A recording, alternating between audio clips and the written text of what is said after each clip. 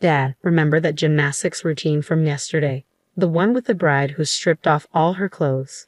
The atmosphere in the wedding reception hall went dead silent at my daughter's words. Just as the bride was about to read a letter to her parents, 5-year-old Tina blurted it out. The bride's face turned to stone, and Luke, who was holding Tina on his lap, looked like he'd seen a ghost. As the eyes of everyone in the hall turned towards our table, Tina continued, "Why would she undress if it wasn't bath time? You'll catch a cold if you undress anywhere other than the bathroom." To a child, it might be an innocent question, but adults instantly understood the implication. The hall couldn't settle down. The murmur was still there. Luke took Tina outside, and the female host, although shaken, tried to continue the ceremony. Encouraged by the host, the bride tried to resume reading her letter, but her voice was clearly trembling. Usually, you'd hear sniffling and see tears of emotion filling the hall, but not a sound could be heard. Tina's comment had turned what should have been a joyous event into complete chaos. "I'm Bianca, 33 years old, and I live with Luke and our 5-year-old daughter Tina. Luke has a brother who got married a bit late at 40 to a much younger woman, who's 28. Finally, they decided to tie the knot. At the family meeting about the engagement, my brother-in-law seemed utterly smitten with his fiancée. It was really heartwarming to see. Who could have thought that attending my brother-in-law's wedding as a family of 3 would lead to such a disaster?" Naturally, after the wedding reception ended, the bridal suite turned into a scene of chaos. I immediately confronted Luke. "What was that all about?" "That's just Tina being Tina. Don't take it seriously," he replied. "Our kid just disrupted the whole ceremony. Of course I'm rattled. And it's your lack of discipline that led to this. You need to teach her better manners." Luke then quickly handed Tina over to me and left in a hurry. I felt like he was running away from me. We were staying at Luke's parents' house that night before the wedding because it took place at a hotel near his hometown, and we live far away. His parents are genuinely kind people. They always have my back. Unlike some of my friends who dislike going to their in-laws, I've never felt uncomfortable there. That's why we had planned to take a week-long vacation around the time of the wedding and relax at Luke's parents' house before heading home. Even though both my brother-in-law and sister-in-law are planning on living in that house, it's spacious enough to accommodate us comfortably. Tina, who's usually told not to run around in our cramped apartment, seemed excited and restless, walking all over the house to explore. Come to think of it, I recall Luke and my sister-in-law being absent for a bit last night when we were having a good time drinking with my brother-in-law and parents-in-law. "Mom, Dad's playing around. Tina wants to join in too." I feel like Tina did say something like that. Who would have thought that what she was referring to was Luke and my sister-in-law cheating in the bridal suite? My brother-in-law and sister-in-law spent a long time talking. Eventually, we decided to head to the after-party. Our friends were waiting for us at the after-party, but Tina and I ended up going back to my parents-in-law's house. If what Tina said is true, I am so sorry. My mother-in-law kept apologizing, looking genuinely regretful as we left the hall. "Please stop. Luke is the one who's at fault here. But even though you've done nothing wrong, it's my fault for not properly teaching him how to treat women. No family could possibly teach that level of decency." When we arrived at my parents-in-law's home, Luke was already back, sitting alone, watching TV and drinking a beer. Standing tall, my mother-in-law broke the ice. "So, what kind of gymnastics are we talking about? I'd love to see it." "That's not it. I was just asking my future sister-in-law to look after my brother." "What a considerate younger brother you are, but I can't imagine Tina lying. She's only 5 years old and she often says strange things. Tina is my granddaughter, and she's very bright. So, you're taking the word of a bad girl over your own son. Don't you dare call my precious granddaughter a bad girl." "Are you getting mad?" Both my mother-in-law and I had our suspicions about Luke, but we couldn't push it further based solely on the word of a 5-year-old. Luke wouldn't admit anything. He just went into a sulk and locked himself in his room. 2 days after the wedding, both my mother-in-law and I kept an eye on Luke, but he didn't do anything suspicious. Well, my brother-in-law and sister-in-law went off on their honeymoon, so it's not like he had a chance to be suspicious anyway. Meanwhile, Tina, ever the little explorer around the house, found something unbelievable. "Mommy, what does this say?" Tina can't read cursive yet. "You shouldn't be going through Grandma and Grandpa's stuff." "No, it wasn't like that. I found this in Dad's bag." "Is it a letter?" Tina has written to her friends at preschool before. "Let me see." Shockingly, it was a letter from my sister-in-law to Luke. "No, Calling it a letter doesn't quite do it justice. It was undeniably a love letter. The letter read, "Dear Luke, the day before the wedding was so exciting, wasn't it? We have to be cautious for a while since we're being watched at home, but we'll definitely have a chance, so don't give up. You're the only one I love, Luke. The reason I married an older man is so I could be with you. Come get me soon." I couldn't let myself break down in front of Tina, so I forced myself to keep my composure. "This is a work-related letter, so Mom will take care of it, okay?" "Okay," Tina replied cheerfully, heading off on another household adventure. So Tina wasn't mistaken after all. She really did see what was happening. I calmly took a photo of the letter and placed it back into Luke's bag. Then I went to the kitchen where my mother-in-law was making pickles. "Mother-in-law, Tina found a love letter that sister-in-law sent to Luke." "What?" As I showed her the photo of the letter on my phone, my mother-in-law's face fell. "What is this? It's disturbing. This is unfair to brother-in-law. Why have such a flashy wedding if this is going on? If she didn't love him, why did she marry him?" My mother-in-law was visibly angry, her face turning red. At this point, I decided to tell her something that had been bothering me. "Luke said he has to go back alone tomorrow because work suddenly came up, even though he was supposed to be on vacation." My mother-in-law looked up at me, deep in thought. "Doesn't that seem odd?" "Exactly." My mother-in-law and I exchanged glances, both of us seemingly concerned about the same thing. "The timing is just too perfect. Plus his brother and his wife are on their honeymoon in Hawaii. Do you think they're planning to meet up there?" I nodded in agreement. I hate to say it, but brother-in-law is a very kind person who is unfortunately a bit naive and easily deceived.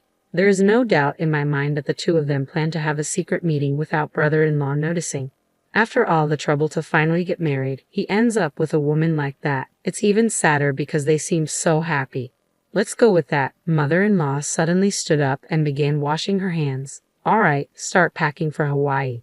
Your father's coming too." "What?" I was genuinely surprised by mother-in-law's sudden declaration, but she looked at me and smiled, clearly pleased. "We're going to expose everything. Do they have any idea how much we spent on that wedding?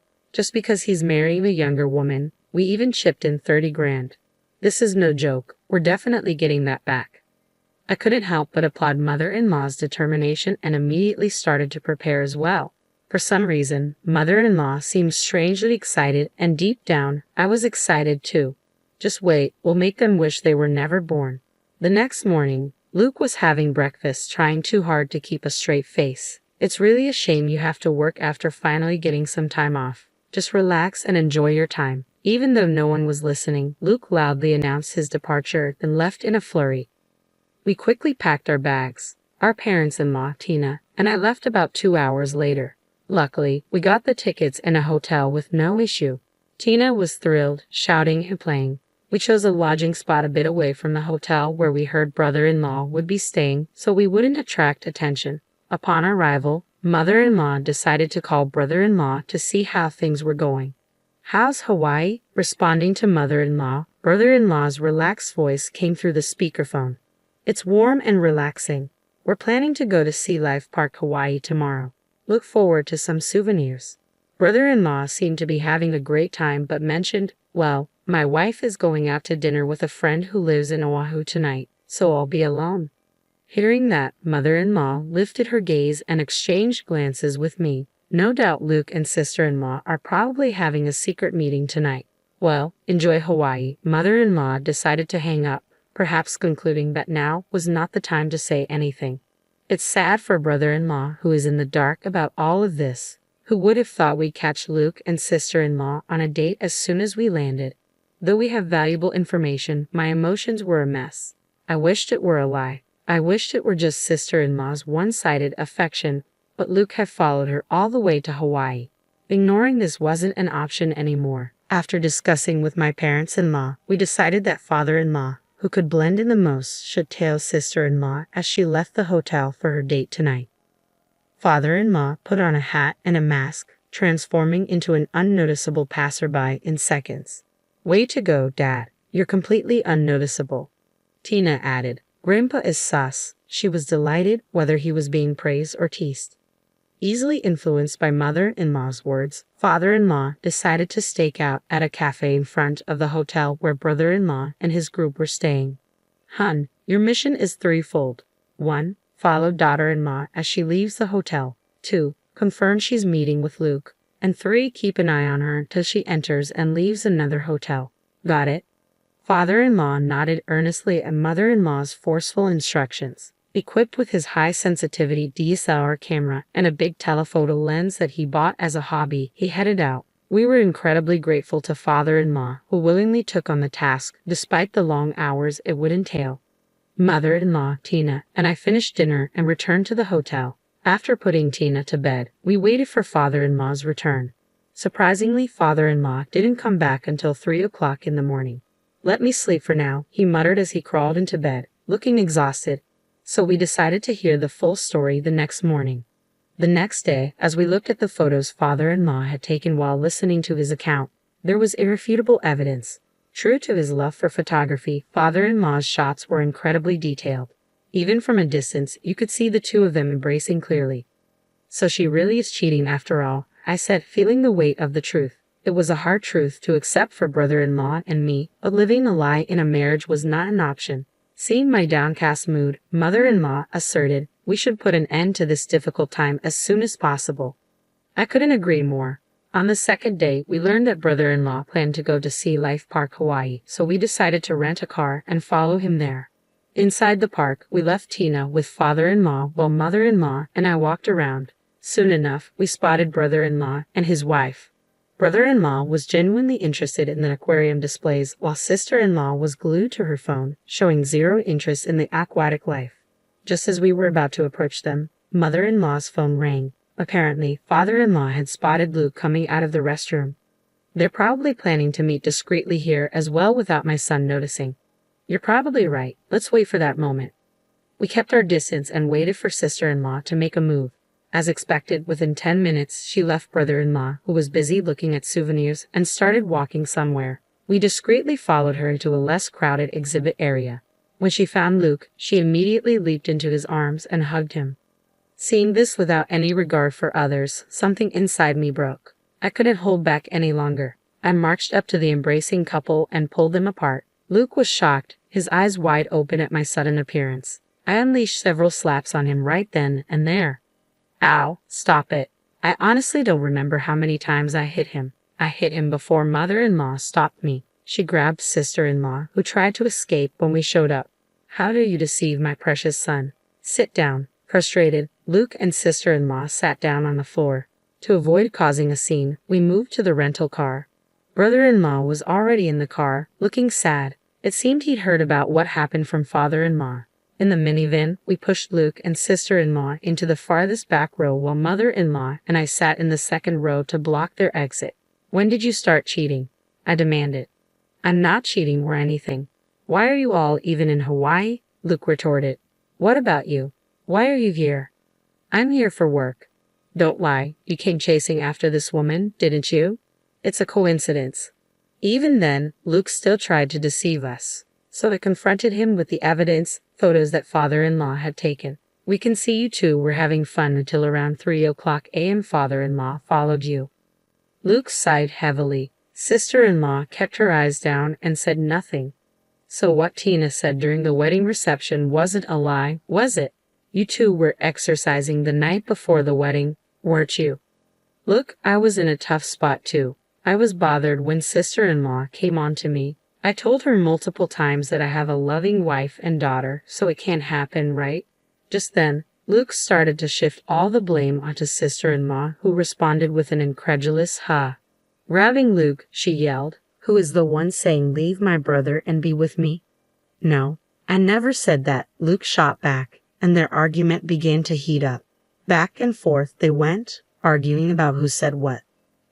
I didn't come to Hawaii to listen to this nonsense. Finally, I couldn't hold back any longer. "Enough. I don't care who initiated it. Why can't you just apologize when you clearly betrayed me and brother-in-law?" "I'm the victim here," Luke insisted. "If you try to dodge responsibility anymore, I'll make your life a living hell." "What are you planning to do?" Let's just say I'll make sure everyone in your social and work circles recognizes you as the fool who slept with his brother's wife. What's the point in doing that? Well, if people aren't warned, you might try to make moves on their wives or girlfriends. I would never do that. You've already done it, haven't you? He had no comeback. Luke fell silent. It turned out that during a family dinner that had doubled as a meeting to sort things out, sister-in-law had developed a liking for Luke. Luke didn't mind the attention and continued a casual relationship with her. Bizarrely, Luke even suggested to sister-in-law, "Why don't you first marry my brother, get a share of his wealth, and then divorce him and marry me?" For some unknown reason, sister-in-law seemed to go along with it. Unbelievable. To be swayed by these two. Luke, who is supposed to be my husband, now looks utterly repulsive to me. "This dirty man is all yours. I don't want him anymore," I said. Sister-in-law, surprisingly pleased with my words, turned to me and smiled. "Really? What was all that fighting about just moments ago? But let me tell you, a man like this will definitely do it again.